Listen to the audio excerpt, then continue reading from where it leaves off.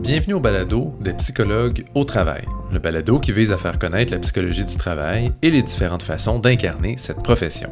Dans cet épisode, on s'entretient avec Laurence Goulet-Coulombe, pour qui la psychologie du travail, c'est... J'utilise les principes de la psychologie, donc tout ce que j'ai appris au niveau humain pour intervenir dans les organisations au niveau individuel, au niveau des équipes et organisationnelles, dans un but ultime d'allier performance et bien-être. On parle de travail en firme et de santé psychologique au travail, notamment les impacts de l'intelligence artificielle et la santé psychologique des gestionnaires. Si ce n'est pas déjà fait, allez vous abonner au balado sur votre plateforme préférée des psychologues au travail. Maintenant, allons rencontrer Laurence et découvrir comment elle incarne la profession. Bonne écoute! Bonjour Laurence. Bonjour Guillaume. Comment ça va? Ça va très bien et toi? Oui, très bien aussi. Donc, merci d'avoir pris le temps. Merci d'avoir pris le temps pour cet épisode. Laurence, tu es psychologue du travail, bien sûr. Tu travailles chez Humance depuis maintenant 4 ans. Ça fait 4 ans. Je te laisserai peut-être... je suis parti pour te présenter, mais je te laisserai peut-être te présenter si tu veux. C'est correct. Tu peux... De la façon que tu aimes bien, te présenter aussi. Excellent. Ben oui, quand je me présente, donc je mentionne Laurence Goulet-Coulombe, psychologue du travail, consultante chez Humance, en effet. Donc, je travaille principalement de mon côté en santé psychologique au travail, en climat, en gestion de conflits, risques psychosociaux aussi notamment. Donc, comme je travaille dans une firme, donc je suis amenée à travailler avec une multitude de clients au Québec, là, notamment, donc autant au niveau public, parapublic, privé, dans différentes industries. Je suis aussi amenée à donner de la formation pour des gestionnaires sur différentes thématiques. J'aime beaucoup les thématiques qui touchent un peu plus à l'aspect de bienveillance, santé psychologique au travail, de sensibiliser aussi à l'impact des gestionnaires, favoriser la connaissance de soi. Bref, là mon Dieu, je m'éparpille, mais je suis très passionnée et j'adore mon métier. Je pense que c'est la chose que je dirais là avant tout. Eh bien, c'est super important, je pense, Oui. d'aimer son métier. Puis on le sent bien aussi que tu es passionné derrière tout ça. Fait que formation sur des sujets, tu parles de bienveillance, connaissance de soi aussi pour les gestionnaires, et qui touche cet angle-là aussi, j'imagine, santé psychologique au travail, gestion de conflits, risques psychosociaux. Tout à fait. Qui d'ailleurs, là, peut-être tu pourras m'éclairer un peu plus là-dessus, mais le contexte... notamment les obligations pour les employeurs sont relativement récemment. Je ne sais pas quand est-ce que c'est rentré officiellement en vigueur, mais ces obligations-là pour de prendre en compte, de mesurer aussi ces risques psychosociaux-là. Exact. Donc, j'imagine que d'entrée de jeu, on ne manquait pas de travail, mais c'est un autre élément qui fait que on s'y implique puis on s'y attarde. Exactement. Un des points qui... on en parlait tout à l'heure à micro fermé, mais un des points qui m'interpelle, entre autres, et pour des personnes qui connaissent un peu moins cette réalité-là, travailler dans une firme, le quotidien du travail en firme, je ne sais pas si... qu'est-ce que tu pourrais nous dire là-dessus? Ça peut ressembler à quoi? Ou quelle vibe ça te donne, toi? Mais moi, je dirais, premièrement, c'est très stimulant. C'est très... j'apprécie beaucoup cette posture-là. Premièrement, si on parle plus du volet professionnel, j'aime beaucoup avoir cette opportunité, possibilité de travailler avec de multiples industries, de multiples clients, des entreprises qui sont en train de bâtir elles-mêmes des choses. Donc, moi, je travaille pour une organisation qui bâtit quelque chose, mais je travaille aussi avec des clients qui sont en train de faire évoluer le Québec, de faire évoluer différents enjeux. Donc, moi, ça c'est quelque chose qui me motive particulièrement. Mais la notion de firme, ce qui est intéressant aussi, c'est que, oui, on a nos mandats, évidemment.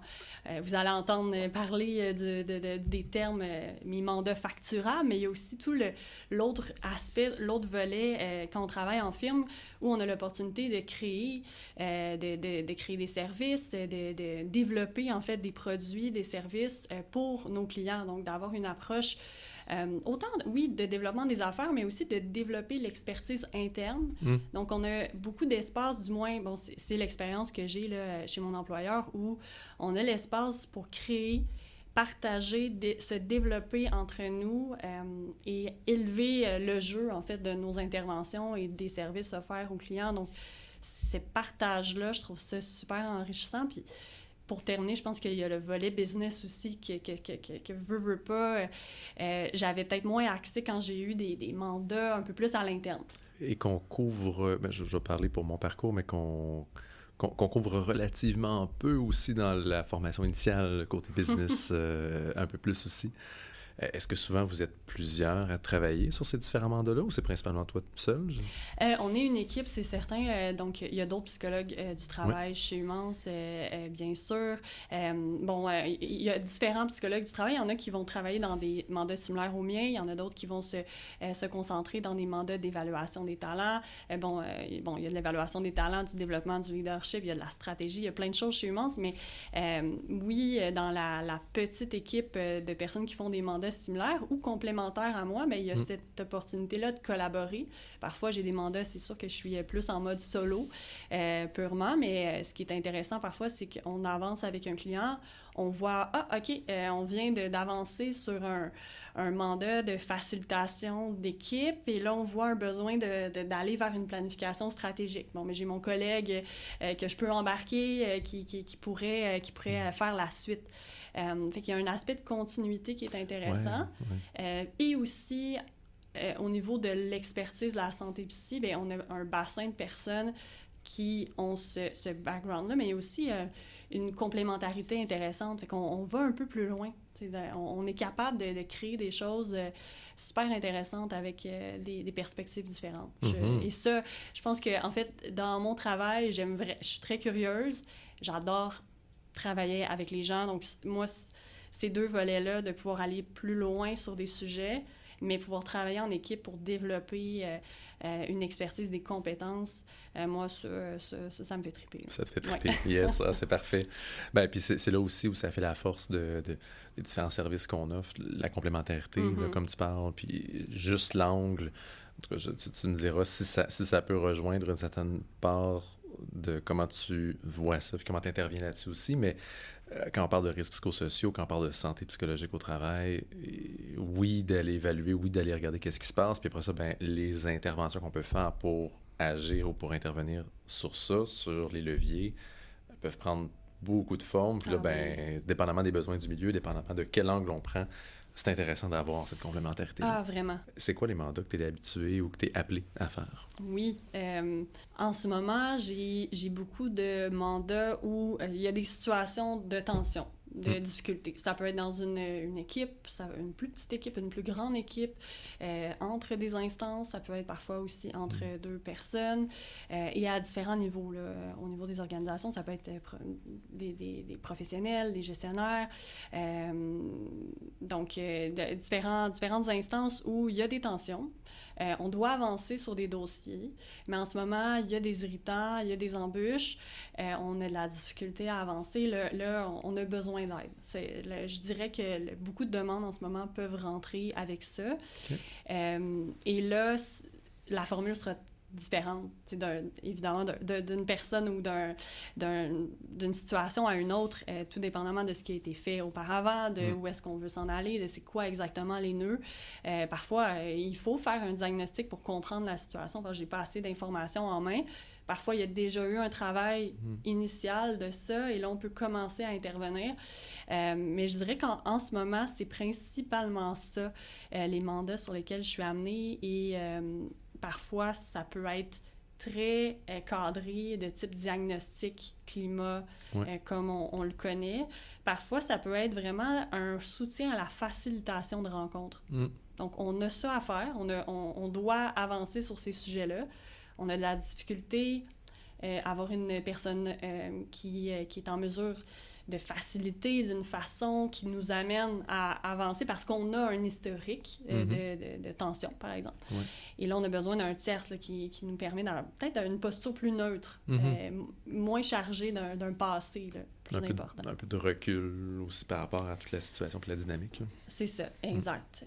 Donc, je dirais en ce moment, j'ai beaucoup de ce type de mandat-là. C'est sûr qu'il y a aussi parfois là, des diagnostics plus de type risques psychosociaux. Parfois, ça va être aussi des formations aussi au niveau des leaders qui vont vouloir apprendre à se connaître, apprendre à mieux travailler ensemble. Encore une fois, en fait, c'est différent.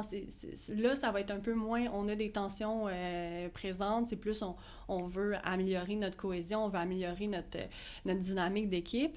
En ce moment, je vais beaucoup utiliser des outils, donc des évaluations psychométriques, des inventaires de personnalité pour faire première prise de conscience. Ensuite, essayer de voir dans nos profils de groupe un peu qu'est-ce qui ressort, puis d'animer ce genre d'atelier-là pour amener les gens à mieux se comprendre, mieux se connaître eux-mêmes, puis mieux agir dans une équipe. Mm-hmm.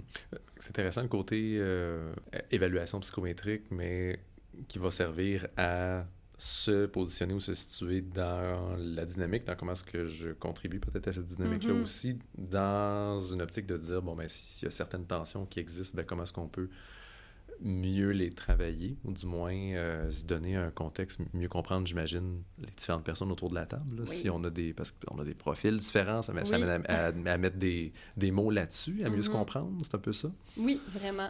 Ouais. J'aime utiliser des outils, notamment, là, je vais nommer le Hogan. Là, j'aime bien utiliser les outils Hogan pour ça.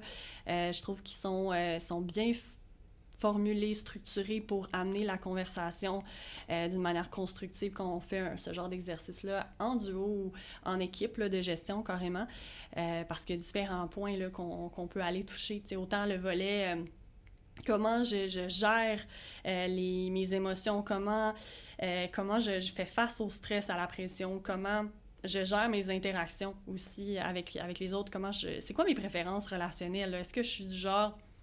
J'aime ça qu'on soit toujours en rencontre, qu'on parle, ou j'aime plus travailler en mode solo. Est-ce que j'ai un côté très bienveillant? Parfois, j'ai de la difficulté à nommer les choses, ou au contraire, non, j'ai un côté plus tranchant. Là, en ce moment, je suis allée plus dans des généralisations, mais bref, ça amène une genre de discussion super intéressante. Et ce que en fait, c'était une réflexion carrément avant de m'en venir ici. En sortant des interventions que j'ai eues dans les dernières semaines, on a beaucoup, puis c'est normal, on a beaucoup de biais de par nos préférences, de par nos forces, de par notre socialisation. On a énormément de biais qui découlent de nos valeurs. Donc, si moi, je valorise beaucoup avoir du plaisir au travail, faut avoir du fun, ben, si je deviens gestionnaire, ben, je vais peut-être avoir tendance à vouloir faire des brise-glaces souvent, que je veux si les gens ont du plaisir, vont rire, disent que c'est le fun, ben ça, je vais voir ça comme une tape dans le dos et que je fais bien ma job, mais ça veut pas dire qu'autour de la table, c'est tout le monde qui a envie d'avoir un peu ce laisser-aller là. Il y a peut-être d'autres gens qui ont d'autres priorités. Donc, j'amène souvent cette conversation-là avec les gestionnaires de « OK, mais ce que tu demandes en ce moment ou tes attentes, est-ce que c'est des attentes qui vont aider l'organisation et les personnes qui s'y trouvent ou ça provient de tes propres biais et au final, peut-être ne répondent pas à ces attentes organisationnelles. » Oui. Attentes organisationnelles, peut-être aussi à ce qui est souhaité de la part des autres personnes dans l'équipe. Tu parles de cet exemple-là du plaisir au travail, puis bon, après ça, je suis peut-être pas contre le plaisir, mais moi, je suis dans une équipe, puis peut-être que c'est pas ça qui est le plus important pour moi non plus. Fait que là, ben, ça peut amener des clashs, ça peut amener peut-être certaines tensions aussi. Puis, c'est super. Fait que dans le fond, un angle aussi pour accompagner les gestionnaires à comment est-ce qu'ils peuvent s'ajuster en prenant conscience de ces biais-là, entre autres. Là. Oui, vraiment. Puis là, les outils qu'on peut utiliser, les inventaires de personnalité, des inventaires de valeurs aussi, mais là, ça peut pas être plus clair. C'est un premier outil pour l'aborder, mais il est là, c'est écrit sur le papier. Il y a ça donne en fait... ça devient moins abstrait, ça devient plus concret. Parce que on est en psychologie du travail, si on s'intéresse à la psychométrie, à l'aspect de personnalité, pour nous, c'est rendu super concret. C'est super, ça peut sembler super simple comme contexte, mais comme concept, mais c'est super abstrait. Et non, c'est pas vrai que d'en parler comme ça, sans avoir d'outils, j'ai l'impression, pour le travailler, que ça va être saisi autant. C'est très abstrait ce qu'on fait parfois, puis d'avoir des outils pour le soutenir, là, ça le rend un peu plus concret. J'ai l'impression aussi que quand on parle de caractéristiques que les gens ont, présentent, portent avec eux au quotidien. C'est quand même un peu quelque chose de... Tu sais, quand ça fait partie du décor depuis très longtemps, puis on voit plus que c'est là, ou du moins c'est rendu clair que c'est là, puis tu sais, souvent, ben, en tout cas, je sais pas si ça t'arrive, mais des fois, on parle de ces préférences-là, valeurs que tu parles, puis là, c'est un peu, ben, ah oui, ben, je suis qui, tu sais, je me connais au final, puis mais c'est comme depuis... Oui, parce que ça a toujours été comme ça. Tu sais, je veux dire, moi, je baigne avec moi-même depuis combien d'années, tu sais. Fait que oui, je peux dire, ah oui, je me connais, mais en même temps, tu sais, de creuser ou d'avoir peut-être ces résultats-là permettent, j'imagine, de refléter, mais surtout se donner un langage un peu plus commun, ou du moins d'aborder ces caractéristiques-là avec quelque chose de concret, un angle qui est aussi travaillable, là, parce que tu sais, je suis comme ça. OK, mais si on a une valeur, si je l'explique de quelle façon, ben là, on peut peut-être raccrocher aussi c'est quoi mes pratiques de gestion, admettons, à ces valeurs-là. Puis, ah oui, ben ça fait quoi telle valeur? OK. Puis là, ben, j'imagine qu'on peut mieux comprendre aussi la dynamique suite à tout ça. Identifier c'est quoi les risques d'en être un petit peu plus conscient, finalement. Et en plus, on ajoute à ça, parfois, il y a des gestionnaires, des professionnels qui sont dans la même organisation depuis des années. Ça existe toujours, ça.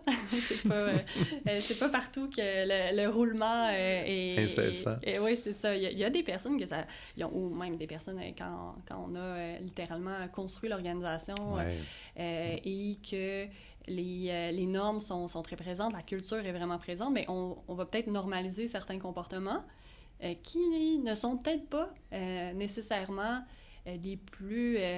tu sais, je dirais pas qu'ils sont mauvais, mais est-ce qu'on s'est questionné, en fait, sur est-ce que ce comportement-là est lié vers où on souhaite aller comme organisation? Oui. Ouais. On fait juste l'accepter parce que c'est là depuis. Ça fait partie des meubles. Ouais. Voilà, exact. Tu as parlé de différentes interventions que tu fais, du moins actuellement, ou ce que tu es plus actuellement, là. Bon, l'idée n'est pas ici d'identifier des chouchous, mais quand même, du moins pas des personnes, mais je suis curieux quand même de savoir, est-ce qu'il y a des interventions ou des ingrédients dans certaines interventions peut-être que tu apprécies davantage ou que tu préfères?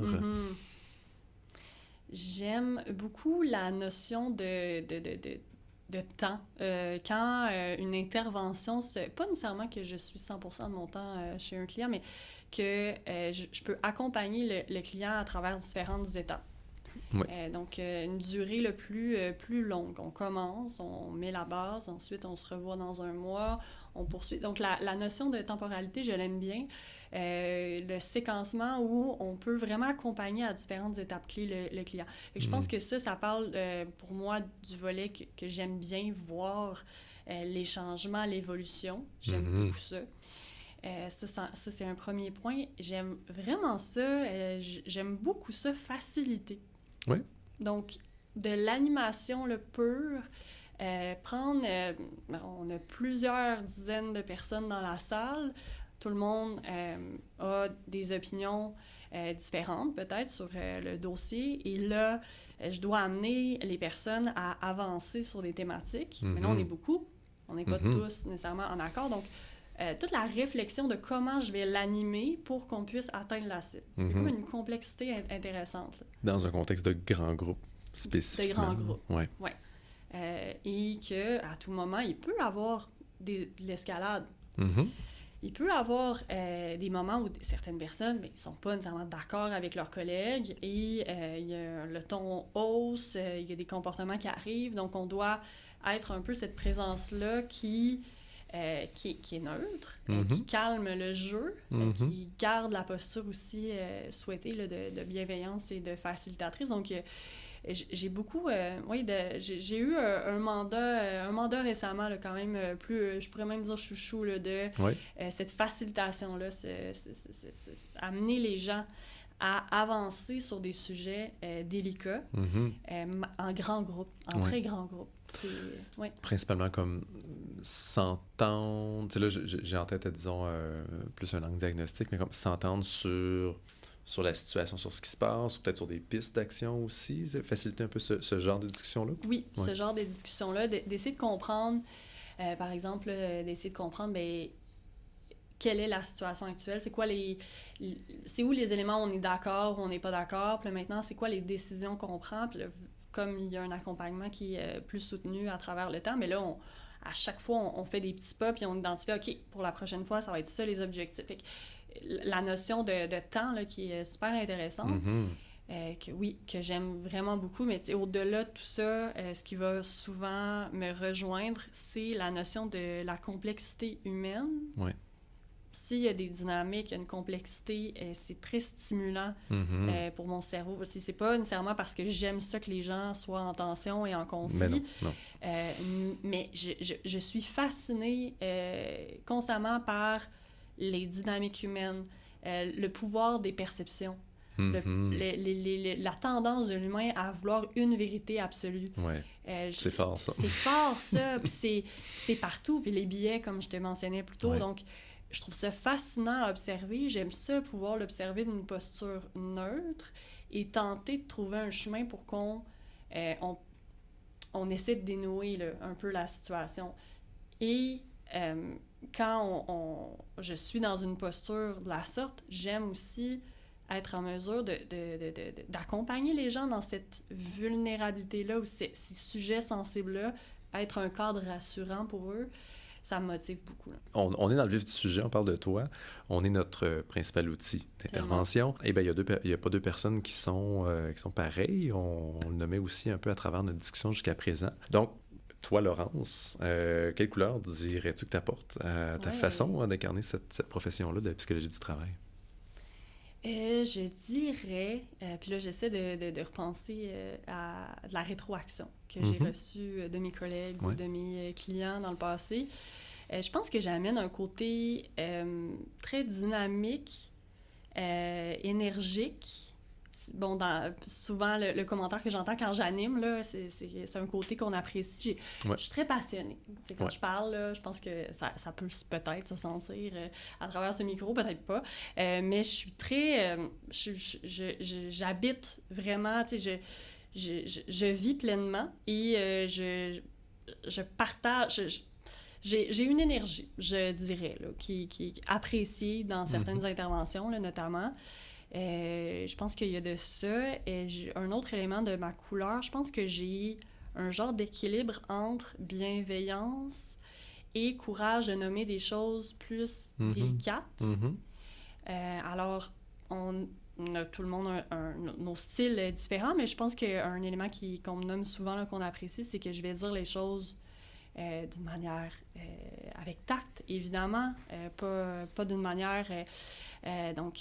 cavalière. C'est ça. Il y a une réflexion derrière, mais je vais nommer les choses. Je vais adresser les situations. Autant si on est en formation en train de parler d'un sujet X et que là, quelqu'un mentionne quelque chose et que là, ça vient impacter la dynamique, j'aime adresser. Tu relèves ce qui a été dit puis tu t'adresses ça, ouais. C'est ça. Je vais pas faire oui, c'est bon, c'est correct, puis on passe au prochain sujet. Je pense que j'aime adresser les choses. Bon, je fais de la gestion de conflits aussi, donc je suis amenée parfois à donner de la rétroaction. Autant dans le passé, quand je faisais plus d'évaluation aussi des talents, j'en donnais beaucoup de rétroaction qui étaient parfois difficiles, parfois qui pouvaient être plus confrontantes là, pour la personne, mais je pense que j'ai cette capacité-là à nommer les choses d'une manière bienveillante, mais je nomme. Je vais pas attendre que... Je vais nommer les choses quand je pense que la personne est en mesure de recevoir l'information. Tu as cette force-là, cette capacité-là. Oui, je pense qu'on apprécie ce côté-là. Puis je pense que j'aime aussi agir sur l'essentiel, le pertinent. J'aime travailler avec mes clients d'une manière la plus optimale possible et dans la responsabilisation. Oui. J'aspire à ce que mes clients n'aient plus besoin de moi. C'est un peu contre-intuitif là, de dire ça, mais je travaille dans un esprit où je veux éventuellement que les gens soient pleinement autonomes. Donc, je veux pas créer une genre de relation j'irais jusqu'à dire de dépendance, de dépendance là, ouais. avec mes clients. Je travaille de manière consciente à amener une responsabilisation, chose encore une fois qu'on voyait là, à l'école et que j'appréciais le concept, mais on dirait que je le comprenais peut-être moins dans l'application, mais c'est je pense, un élément de couleur là, que je peux avoir. Oui, ben oui. Ben, effectivement, ça fait partie oui, des apprentissages qu'on peut voir, mais en même temps, un peu comme les valeurs, j'imagine qu'on peut prioriser ça de façon peut-être un peu différente. Fait que prioriser cette responsabilisation-là du client puis du milieu, à se dire, OK, on veut développer vos capacités, vos ressources, puis votre capacité à vous prendre en main, au final, à faire face aux situations que vous vivez. Puis, Exactement. Super. Je m'en voudrais de passer à travers de passer par-dessus cette question-là. Écoute, c'est souvent les mêmes questions qui reviennent d'un épisode à l'autre, mais un bon classique aussi et une grande question. Donc, écoute, un élément de réponse. Je ne cherche pas une réponse complète là-dessus pour aujourd'hui. La psychologie du travail, là. C'est large, évidemment. Oui. On en parlait tout à l'heure, même avant de commencer l'enregistrement aussi. Ça peut être large, ça peut être vaste et abstrait aussi. Admettons là, que tu parles à quelqu'un qui ne connaît pas ça. Admettons dans un party de famille. Admettons, party de famille, okay. quelqu'un qui... Puis c'est familles un peu éloignées, là, pas les gens qu'on rencontre nécessairement plusieurs fois par année, là, mais... puis là, ben, psychologie du travail, ouais, c'est ça que je fais. Puis là, ben, on a la fameuse question, c'est quoi ça, la psychologie du travail? Comment tu t'y prendrais pour commencer à expliquer ça? Oui. Et de manière, vraiment, là, ce qui va sortir, généralement, j'utilise les principes de la psychologie, donc tout ce que j'ai appris au niveau humain, pour intervenir dans les organisations au niveau individuel, au niveau des équipes et organisationnel, dans un but ultime d'allier performance et bien-être. Donc là, je dis ça, c'est la première entrée. Ensuite, le prochain texte, souvent, ça va être « Je suis pas psychothérapeute ». Donc, ça, c'est le prochain. Je fais pas de psychothérapie. Donc, je peux faire du coaching professionnel, je peux accompagner des personnes dans des problématiques, mais mon expertise se rattache au travail. Donc, on veut se développer en tant que professionnel, je suis là. On veut développer une dynamique d'équipe, je suis là. Donc, c'est... Et peut-être un dernier point, ben après, souvent, mon troisième point, là, quand je vais le dire... Tu as quand même une structure. Puis Je pense que j'ai vraiment, là, en te le disant, je réalise que j'ai vraiment quelque chose dans ma tête là, de rendu, qui est rendu structuré maintenant. Après, je vais donner des exemples. OK. Donc, tout le monde, si vous voulez une recette idéale pour parler dans les parties de famille, on commence avec une définition globale.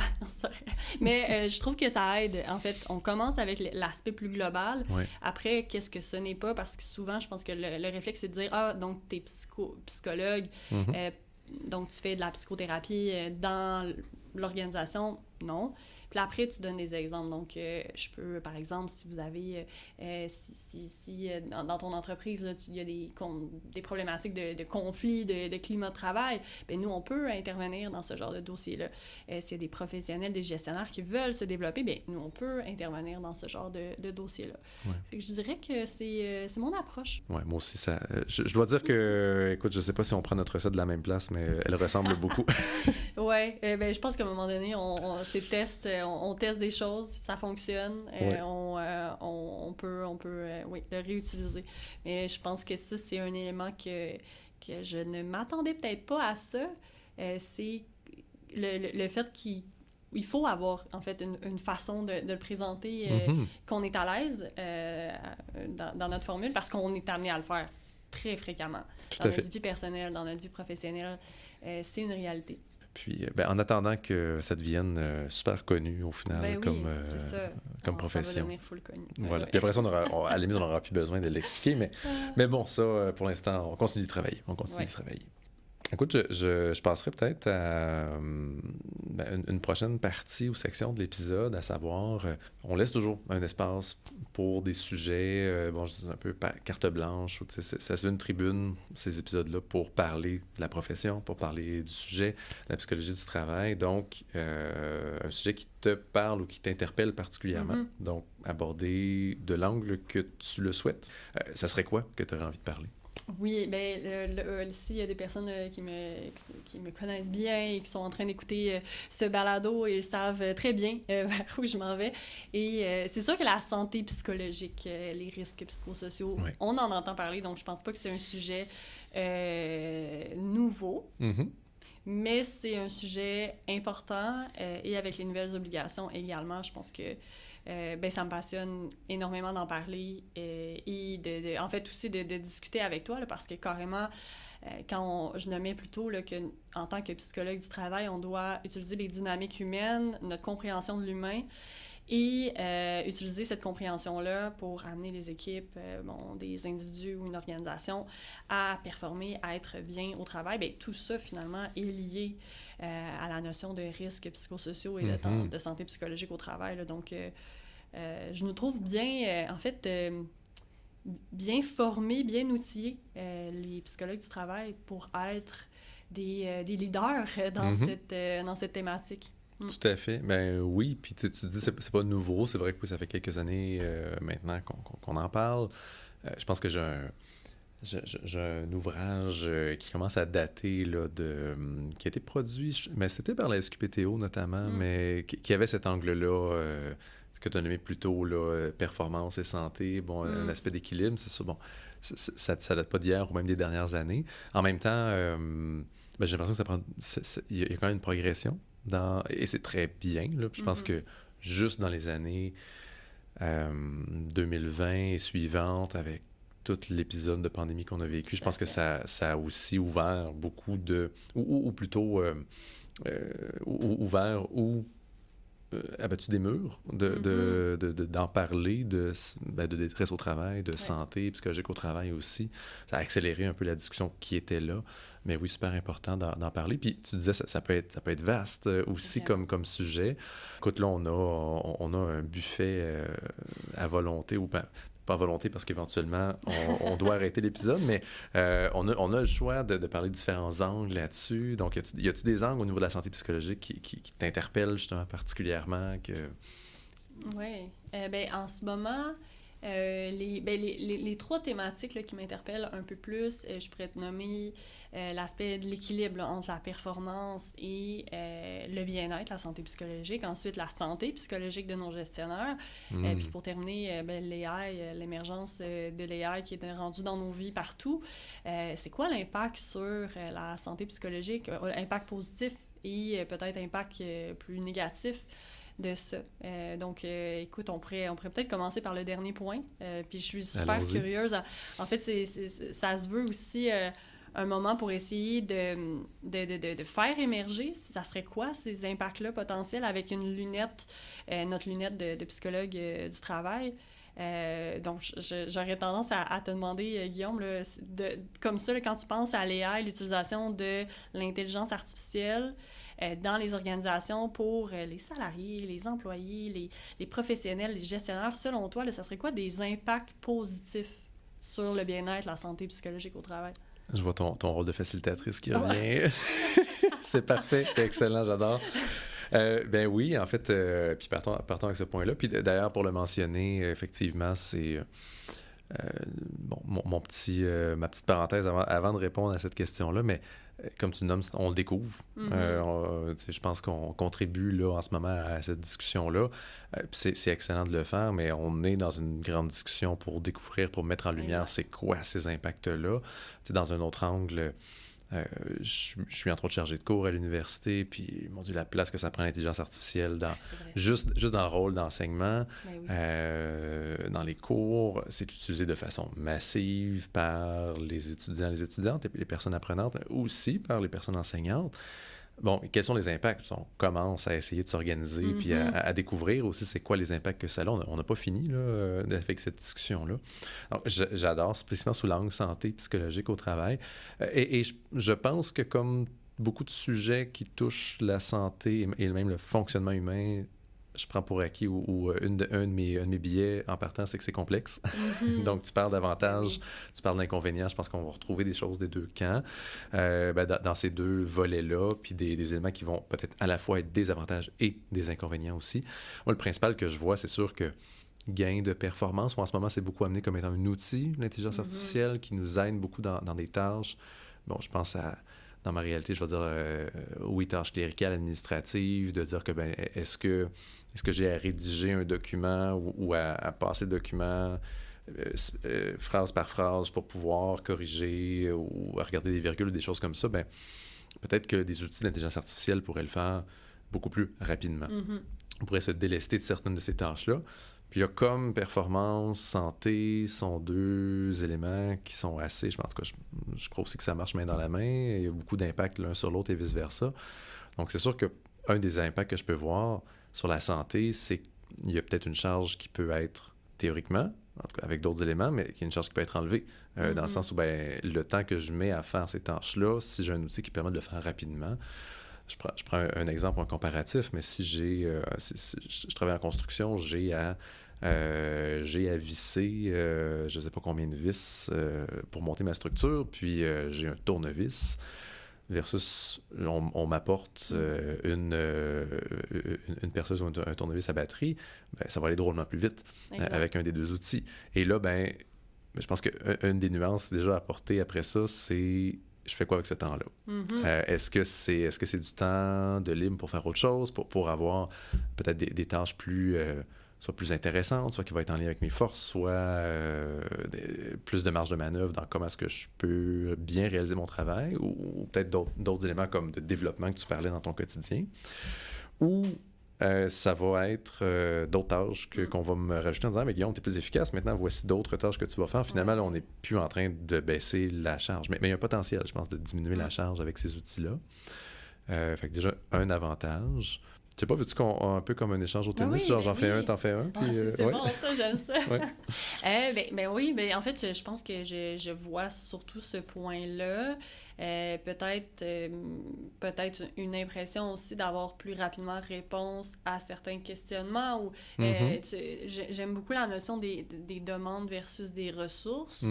Donc, est-ce que c'est une forme de ressources et une forme aussi d'éloignement des tâches un petit peu plus cléricale, un peu plus redondante, avec où peut-être un individu va se sentir comme moins à valeur ajoutée de le faire. Donc ça pourrait peut-être être un angle, effectivement, que je le verrais là, comme un avantage. Ça peut être intéressant, ça peut venir répondre à un besoin à ce moment-là. Oui. Tu parles de besoin, ça m'amène aussi à avoir l'autre angle, plus négatif aussi. Puis justement, je t'en parlais, puis il y avait le volet de besoins aussi qui était là. Puis entre autres, au niveau de besoin de compétences, au travail aussi, un des éléments, par exemple, que je vois, ou en tout cas une zone de vigilance, je vais appeler ça comme ça, spontanément, ben, c'est le fait de dire, bon, ben là, je sais pas, on en est rendu où dans la courbe là, d'adoption, tu sais, je veux dire, là, oui, c'est utilisé par beaucoup de gens, d'une façon, encore une fois, j'imagine, très inégale, la géométrie variable. Là, il y a des gens ça fait des années qui utilisent ce genre d'outils-là. Là, puis ils en utilisent plusieurs, puis c'est rendu intégré dans leurs tâches. Il y en a d'autres pour qui c'est relativement nouveau. Ou même encore qui voient ça arriver, ils disent, ben, à un moment donné, il va falloir que je m'y mette, puis en même temps, ben, le questionnement que j'ai aussi, c'est comment évoluent nos attentes par rapport à la performance en lien avec ces outils-là. Tu sais, j'engage un employé. Est-ce que je m'attends qu'il soit déjà familier? Ou du moins qu'il ait un rendement de quelqu'un qui utilise déjà ces outils-là pour faire des tâches d'une façon très, très, très rapide. Donc, là, moi, j'ai besoin de compétences. Moi, je peux me sentir complètement... je suis pas la game, là. Si je ne maîtrise peut-être pas autant les outils que les autres, et sachant que c'est à géométrie variable, est très axé sur... les gens qui veulent bien, on dirait que dans mon entourage, c'est les personnes les plus curieuses qui se sont lancées là-dedans, qui développent et qui trouvent plein d'applications. Puis là, moi, je trouve ça fantastique parce que je pose des questions. Moi, j'en apprends énormément des gens autour de moi. J'ai pas autant je pense que j'ai pas autant cette flamme-là de me lancer puis d'essayer plein de choses, mais j'en entends tellement autour de moi que je grappille plein de pratiques super pertinentes et intéressantes. Mais bon, je laisse les autres le tester en premier. C'est ça ma stratégie. Mais au final, je peux facilement imaginer que on peut se sentir dépassé et aussi à quel point on va peut-être laisser la responsabilité aux personnes de se l'approprier et il va se creuser un fossé entre ce que certaines sont capables de faire et d'autres non. ça se peut que ça creuse certaines inéquités. C'est vraiment des bons points que tu amènes. Je pense que c'est pour ça qu'il y a beaucoup d'organisations qui vont réfléchir à leur stratégie en lien avec ce changement-là, en lien avec les AI, et réfléchir à comment on intègre ça dans la gestion de la performance, cette nouvelle... Est-ce que c'est une compétence qu'on recherche? Peut-être. Est-ce que c'est dans les attentes? Repenser la performance, comment on forme aussi les gens quand ils intègrent notre organisation, ici, c'est quoi les guidelines? Comment on veut que les gens l'utilisent? Mais oui, puis toute la notion d'incertitude, ben là, moi, je l'utilise pas, mais là, mes collègues l'utilisent, et là, comment je devrais l'utiliser? Mais là, est-ce que j'ai le temps de me l'approprier, cet outil-là? Donc, tout le monde aussi est différent, tout le monde a sa façon d'utiliser des nouveaux outils disponibles. Puis là, après, il y a toute la notion des risques aussi, là, d'avoir la notion de confidentialité. Donc, il y a plein de choses à réfléchir. Donc, en tant qu'organisation, je pense que pour diminuer peut-être cette crainte-là, sentiment d'injustice, là, je pense qu'on peut faire des liens avec les risques psychosociaux, là, justement, la notion de sentiment d'inéquité, ou encore même, on l'a nommé off-cam, pas off-cam, off-micro, là, plutôt, l'aspect de solitude au travail. On le voit, là, on voit plusieurs articles en ce moment qui sortent en lien avec l'impact du sentiment de solitude au travail. Et là, on a un outil qui est incroyable, qui nourrit notre curiosité, mais qui peut-être nous freine parfois à aller poser une question à un collègue. Ouais. Qui est une opportunité de connecter avec un humain. Y a-tu d'autres impacts qui te viennent en tête? Mais j'aime beaucoup le lien là, que tu as fait avec les 3 besoins fondamentaux, autonomie, compétence, affiliation. Donc, j'aime vraiment beaucoup utiliser ce modèle-là, en fait, ce concept-là, pour essayer d'évaluer les impacts. Rapidement, là, quand on veut faire une analyse un peu de risque ou d'impact, là, j'aime beaucoup ça. Donc, un réflexe intéressant là, à lier ça. Puis autant, on pourrait peut-être voir qu'au niveau de l'autonomie, ça donne une impression peut-être de plus grande autonomie sur des aspects. En même temps, en même temps, c'est peut-être plus le point compétence qui est plus partagé, où j'ai accès peut-être à plus de connaissances, à plus de réponses à des questions, mais en même temps, est-ce qu'en ce moment, l'intelligence artificielle est en train de prendre un bout de mes tâches ou de mes compétences? Est-ce que je vais être remplacée? Bon, il y a toutes ces craintes-là aussi, préoccupations qui peuvent être là. Oui. Puis en même temps, le besoin d'autonomie, pour moi, je le relie beaucoup la façon que je l'ai compris, je le relie beaucoup au sens aussi que le travail a pour moi, les tâches que j'ai à faire. Je peux voir quand même, évidemment, si moi, j'ai des objectifs dans mes tâches, je dois atteindre, peu importe qu'est-ce que j'ai à faire dans mon travail, mais si je peux, oui, sous-traiter, déléguer une partie de mes tâches ou tout ça, est-ce que, encore une fois, qu'est-ce que je fais de ce temps-là, mais est-ce que ça m'aide à mieux atteindre mes objectifs? Est-ce que ça m'aide à dégager du temps pour faire des choses qui sont alignées aussi avec ce que je veux faire, avec ce qui a du sens pour moi? Peut-être qu'il peut y avoir des liens avec le besoin d'autonomie qui est là. Mais encore faut-il aussi que ça ait, justement, que ça ait un certain sens, parce que là ça, c'est l'autre chose que je peux voir en lien avec ça. Si en tant qu'organisation, je me dis, hey, on va aller chercher un avantage concurrentiel, puis on va... Mais là, on peut peut-être implanter des façons de fonctionner avec l'IA. Est-ce que ça va faire du sens aussi pour les gens de faire ça comme ça? Est-ce qu'on leur permet une certaine marge de manœuvre? Puis en même temps, c'est tellement en ébullition en ce moment. Et je pense que en ce moment, là, où ce qu'on enregistre, c'est sûr qu'il y a de la marge de manœuvre pour que les gens puissent proposer des façons de... Puis ça peut venir nourrir, je pense, quelque chose dans le besoin d'autonomie. Mais après ça, quand on aura peut-être une normalisation, peut-être, par rapport à ça, est-ce que ça va faire du sens pour les gens? Là, on touche tout l'aspect de gestion de changement, mais comment est-ce qu'on va s'y prendre pour gérer ce changement-là? C'est un début, parce qu'il y aura une suite, évidemment, cette discussion-là, en termes d'impact sur l'IA et sur la santé. On n'a pas fini, je crois, d'en entendre parler et d'en parler de tout ça. J'ai bien aimé quand tu disais, par exemple, je pense qu'on a une forme d'expertise à apporter, ou du moins une formation qui peut nous permettre d'apprendre un leadership là-dedans. Je le partage aussi. Là, tu avais 2 autres points aussi. Tu disais... l'équilibre entre performance, bien-être, puis l'importance de la santé des gestionnaires aussi. Oui, l'importance de prendre soin. Parfois, certaines organisations vont avoir beaucoup d'initiatives pour leurs employés. On met les salariés, les professionnels, on va mettre beaucoup d'initiatives en place pour protéger, et parfois, ben, on peut voir certaines organisations qui passent un peu par-dessus l'étape de est-ce qu'on prend soin de juste se questionner et mettre en application des éléments pour prendre soin aussi de la santé psychologique de nos gestionnaires. En fait, c'est un phénomène où nos gestionnaires ne sont pas imperméables complètement aux risques psychosociaux, eux non plus. Certainement. Et même sont un petit peu plus exposés parfois à certains des risques, comme on pense à la charge de travail qui peut être très élevée, à devoir eux-mêmes gérer des situations plus difficiles de conflit là, dans leurs équipes. On peut penser aussi à parfois certains postes de gestion où la charge est super élevée, mais on n'a pas nécessairement beaucoup d'autonomie décisionnelle.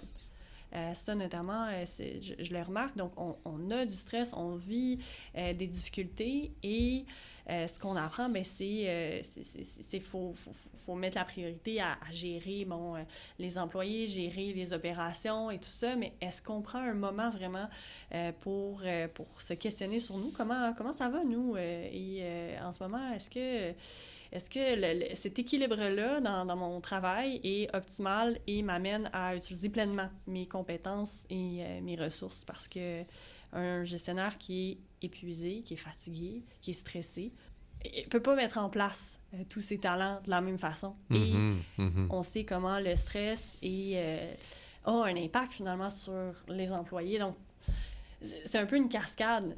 Si on travaille seulement à un niveau, on ne travaille pas à l'autre niveau, au niveau des gestionnaires, puis là, on peut aller jusqu'au niveau VP, là, dans une organisation à la haute direction et tout.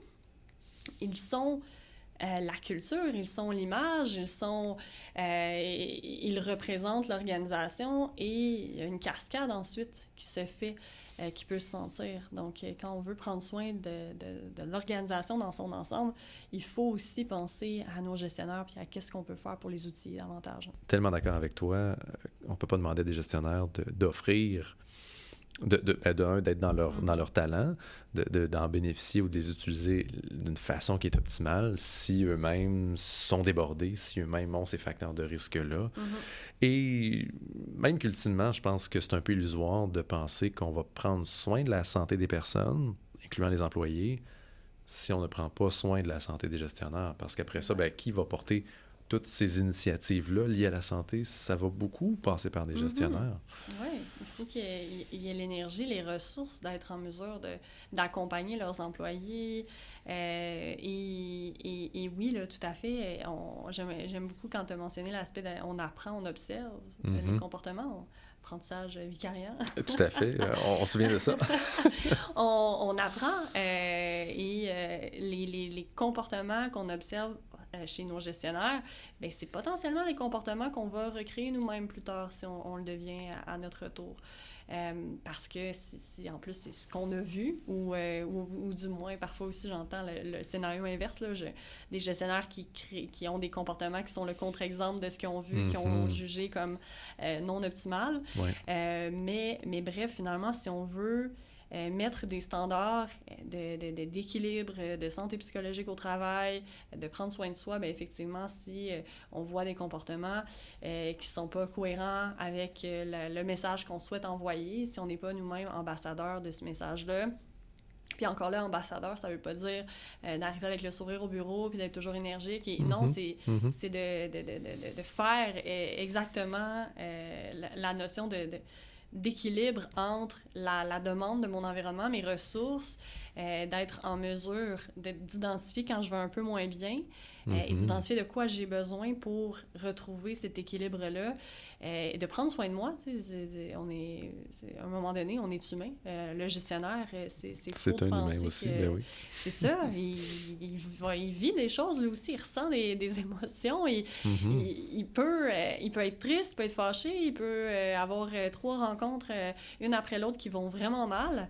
On le sait pas. Puis à un moment donné, à qui aussi ces personnes-là parlent. Les gestionnaires, on parlait de solitude plus tôt, peuvent être aussi amenés à être un petit peu plus isolés. L'isolement, en fait. Le sentiment de ne pas avoir de personnes avec qui discuter. Comme on arrive à un niveau là, de gestion où peut-être que il y a moins de collègues disponibles, ou il y a moins cette culture-là là, de créer un réseau à l'interne de soutien. Certainement. Pour faire un lien rapide avec les risques psychosociaux, tu mentionnes un des éléments, le soutien de la part du gestionnaire, notamment, qui fait partie des facteurs de protection, des leviers qu'on peut avoir, ou pas, dépendamment des endroits. Mais moi, cette phrase-là qui me revient aussi souvent quand on parle de la santé des gestionnaires, c'est oui, c'est important que vous en offrez du soutien à vos employés, puis comment est-ce qu'on peut vous amener à faire ça, mais qui vous soutient, vous? Oui, c'est important aussi que vous ayez droit à que vous ayez accès à ce levier-là, aussi de soutien, qui n'est pas toujours facile à avoir. Tu parlais d'isolement. Et aussi, plus dépendamment dans l'organisation, mais plus qu'on gravit certains échelons, les gens avec qui on échange au quotidien sont peut-être pas nécessairement les collègues ou les gens qui, du moins spontanément ou d'une façon générale, qui peuvent nous soutenir non plus à tous les niveaux par rapport à ce qu'on a besoin. Là. Puis, tu travailles dans le volet justement de la santé psychologique au travail. C'est un élément qui t'interpelle aussi. Pour favoriser cette santé-là des gestionnaires, y a-tu des éléments qui soit ressortent plus souvent ou tu as l'impression ont un effet bénéfique justement sur les gestionnaires? Premièrement, d'évaluer dans notre organisation, c'est quoi les risques auxquels nos gestionnaires sont le plus à risque d'être en contact. Donc, parce que chaque organisation va être différente. Là, je parlais de charge de travail, de peut-être un manque de soutien, on le sait pas. Ça peut être vraiment différent d'une organisation à l'autre. Totalement. Et je dirais le premier pas, je ferais un petit diagnostic, étude en ce moment dans notre organisation. C'est quoi les risques psychosociaux, facteurs de risque psychosociaux qui sont le plus liés à des états de détresse ou au contraire les leviers qui sont le plus liés à des états de bien-être? Parce qu'on veut les deux. On veut savoir qu'est-ce qui fait que les gens sont vraiment se sentent bien au travail et s'épanouissent. C'est les éléments aussi qui font qu'on va un peu moins bien. Donc, moi, je dirais d'essayer de faire une analyse, là, si on est en mesure de le faire, de ça. Mais sinon, et là, ensuite, de mettre en place des actions cohérentes avec ce qui en ressort. Parce que c'est pas vrai que de donner une formation aux gestionnaires sur la gestion du stress va tout régler les problèmes de détresse ou d'épuisement de nos gestionnaires. Parfois, ça peut être utile, une formation sur la gestion du stress. Et parfois même, je suis amenée à en donner des formations de ce genre et ça nous amène à ouvrir la discussion et identifier, mais on parle de stress, qu'est-ce qui est des éléments un peu plus stressants, puis comment, en tant qu'équipe, si on le travaille en tant qu'équipe, on peut mettre en place des éléments de protection pour s'améliorer, pour diminuer l'impact là, de notre quotidien au travail. Quelque chose qui va faire que c'est moins stressant ou qu'on peut plus facilement rebondir, mettons? Oui, par exemple, à un moment donné, ce que j'avais fait, c'est carrément, là, avec le modèle de Sonia Lupien, là, le ciné, d'identifier, c'est quoi les éléments au travail, là, selon les différentes catégories, là, qui ressortent comme plus stressants pour l'équipe. Ensuite, d'identifier, à partir de tout ça, OK, voici les tendances, qu'est-ce qu'on a envie de commencer, arrêter, débuter, là, le start, stop, continue. Là, j'aime beaucoup l'utiliser dans des exercices, des ateliers. Et là, ça nous a amené à travailler en équipe, à dire, écoutez, ça, c'est les éléments en ce moment dans notre travail qui sont le plus stressants. C'est les éléments qui sont les plus irritants. Et qu'est-ce qu'on a envie en tant qu'équipe de travailler pour améliorer ça. Donc, oui, il y aura toujours des demandes de formation sur l'aspect de stress au travail, mais je pense qu'en tant que professionnel, ça peut être consultant professionnel RH, professionnel en santé en psychologie du travail, de trouver une façon de l'approcher où il y aura un outil à la fin. Oui, on aura appris c'est quoi le stress, c'est quoi, comment on le ressent, pourquoi on ressent du stress, tout ça, mais à la fin, on l'applique à nous, à notre travail, à comment on peut s'améliorer en tant qu'individu au final. Mm-hmm. C'est sûr, tu sais, comme moi, comment je peux être outillé comme individu, comme personne face au stress que je vis. C'est sûr qu'il y a des choses que je peux aller chercher, je peux aller m'outiller, je peux aller développer. Bon, tu parlais du ciné, je peux évaluer puis regarder ce qui me stresse de façon au quotidien, au travail, avoir un peu plus de pouvoir là-dessus, m'en donner davantage. Et ce que j'aime beaucoup avec ce que tu amènes, d'ouvrir une discussion, au final, plus collective, sur quel est l'état de nos facteurs de risque, c'est qu'on vient ajouter, je ne veux pas dire qu'on déplace le focus, mais parce qu'on va continuer d'avoir un focus individuel, c'est important, mais on vient rajouter aussi un focus de dire, et regardons notre environnement de travail, parce qu'il y a des éléments là-dedans qui contribuent aux nuits aussi à notre santé, puis voir la discussion sur qu'est-ce qui se passe autour de nous au final, qu'est-ce qui contribue, qu'est-ce qui peut nuire à ça. Je pense que ça fait que c'est beaucoup plus complet comme genre d'approche. Puis tu sais, dans la continuité aussi, pour donner un exemple plus concret de ça, j'ai donné un atelier sur la gestion du stress avec un angle un petit peu plus précis sur la charge de travail. Et j'ai fait l'exercice Start, Stop, Continue. Et à la fin, dans la liste d'idées, il y en avait plusieurs des idées, mais une idée qui est ressortie, c'est la notion de... On communique beaucoup de manière différente, puis parfois c'est irritant, ou il y a des attentes variables sur les délais de réponse, ou... Les rencontres peuvent être insatisfaisantes et ça ajoute beaucoup à la charge. Et là, finalement, en est venue une autre intervention qui a été de faire une charte de travail, une charte d'équipe, en fait. Oui. Okay. Donc, d'établir c'est quoi nos modes de communication, comment on travaille, c'est quoi les actions qu'on souhaite prendre, juste établir un langage commun de comment on communique quoi, par quels moyens, comment on utilise les rencontres d'équipe, de clarifier des points comme ça et ainsi pour diminuer un irritant qui était difficile au niveau de la charge, qui ajoutait à la charge de travail initiale. Ouais. Fait que ça peut même mener justement à une intervention comme ça de charte d'équipe qui va, là, on rejoint ta notion d'outil au final. Qu'est-ce qu'on se donne pour agir là-dessus? Oui, moi j'aime beaucoup ça. Oui, c'est beau, une activité, une formation sur la gestion du stress, mais avec les clientes, là, je le nomme, bon, il faut qu'il y ait un contexte à ça, là, ça peut être un plaster carrément sur une plaie, donc il faut faire attention. Parfois, ça peut générer même plus de cynisme si on décide d'aller de l'avant avec une formation sur la gestion du stress dans différents contextes. Mais si, je le nomme dans ma posture encore de collaboration, de coopération, partenariat avec les clients, et si on allait dans un angle où on essaie de trouver ensemble des outils. Je pense que la notion des risques psychosociaux, ça peut vraiment se décliner de plein de façons différentes. Les conflits notamment, je pense qu'en tant que psychologue du travail, on a vraiment une posture intéressante pour le faire. Je suis retournée à l'école pour peaufiner mes connaissances sur le sujet avec le microprogramme en prévention et règlement des différends à l'Université de Sherbrooke, encore une fois. Et je pense qu'un volet, puis c'est peut-être un clin d'œil à faire là-dessus, le volet de prévention des conflits, des tensions. Je pense qu'on a un énorme rôle à avoir là-dessus, pas juste dans la gestion, pas juste quand il y a eu l'escalade, mais toute la notion de, oui, OK, il y a eu une escalade, il y a eu un conflit, comment on prévient pour que ça ne réarrive plus, mais même avant d'essayer d'amener des organisations à penser à selon les changements qu'ils souhaitent apporter, selon les différentes situations nouvelles qui arrivent, comment on peut prévenir les escalades, comment on peut prévenir les tensions, les différends, parce qu'au final, ça a tellement d'impact sur la santé psychologique des personnes quand des milieux de travail vivent des conflits, des tensions qui persistent. Ouais. Et plus qu'il y a d'escalade, plus que ces impacts-là sont grands, puis plus que ça dure dans le temps aussi, ça laisse des marques.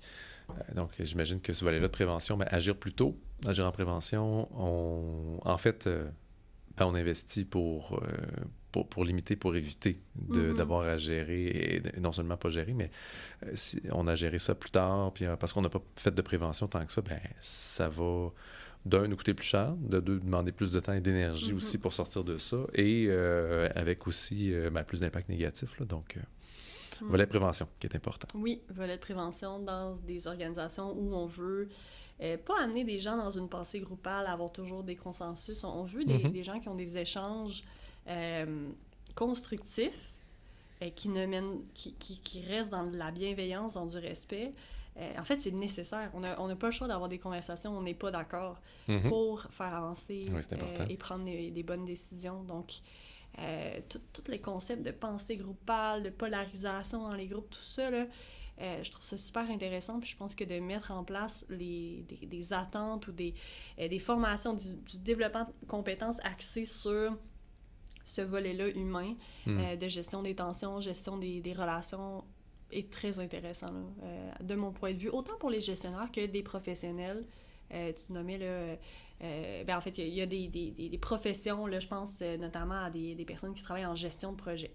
Ils n'ont pas un rôle officiel de gestionnaire, mais travaillent avec plusieurs équipes, sont beaucoup plus à risque d'être dans des dynamiques de tension. Certainement.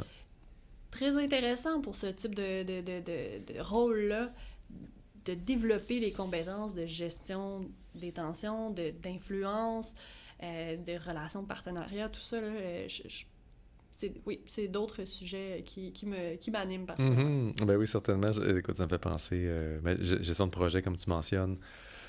J'ai l'occasion de côtoyer quotidiennement, professionnellement, assez souvent, mais des gens qui sont dans ce contexte-là, notamment en construction aussi, puis là, des projets avec plusieurs sous-traitants, puis c'est sûr que le nombre des intérêts différents autour de la table est très grand et très nombreux, donc les opportunités de ne pas s'entendre aussi sont très nombreuses.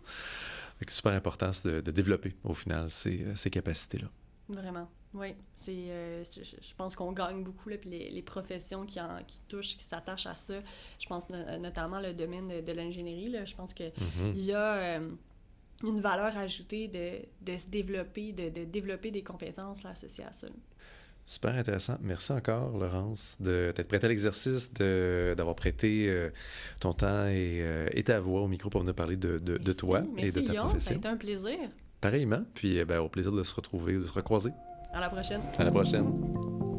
Vous avez apprécié ce balado? Inscrivez-vous pour ne rien manquer des prochains épisodes des Psychologues au travail. À bientôt.